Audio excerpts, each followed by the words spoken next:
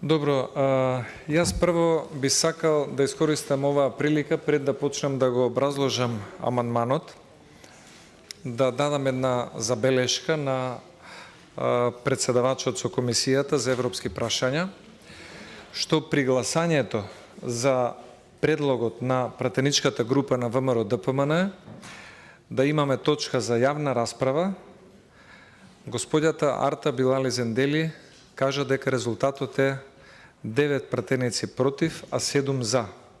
Не може да има 16 гласа во Комисија за европски прашања кој има 15 членови.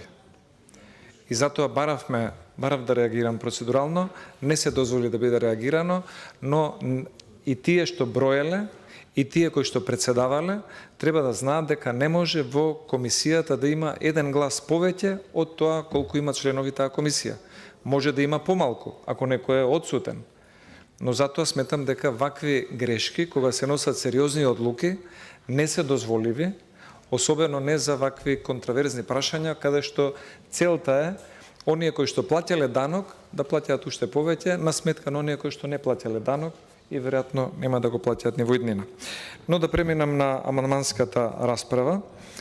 Со овој предлог амандман во членот 3, став 1, сега не знам дали министерот може да го следи, зборовите П1 мерки за справување со COVID-19 кризата и други антикризни мерки се заменуваат со зборовите П2 солидарни мерки во услови на криза.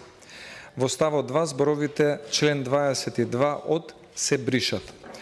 Образложението е дека со овој амандман се бара средствата прибрани по основ на данокот на солидарност да бидат наменети за нова подпрограма П2 солидарни мерки во услов на криза која подетелно ќе биде дефинирана со Законот за извршување на буџетот на Република Македонија за 2023 година. Зошто ова го бараме? Затоа што сметаме дека на ваков начин овие средства ќе бидат посоодветно искористени и ќе има време да се направи добар план врз основа на изготвувањето на Законот за извршување на буџетот, како овие средства ќе бидат потрошени, а сепак да бидат корисно употребени од страна на граѓаните, стопанството, владата, единиците на локалната самоуправа и другите кои што имаат потреба од поддршка од овој буџет.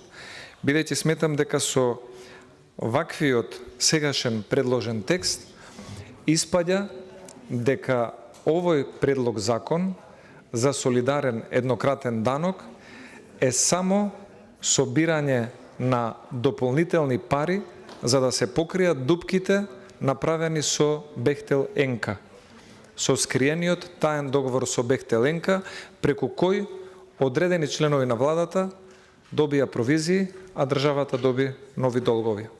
И затоа веќе ако се оди на воведување на нов данок, кој што оптоварува многу стопанственици и нивни вработени, тогаш барем тие средства од тој данок да бидат искористени за солидарни мерки во услови на криза, кои што подетелно заеднички би го дефинирале со Законот за извршување на буџетот на Република Македонија. Благодарам многу.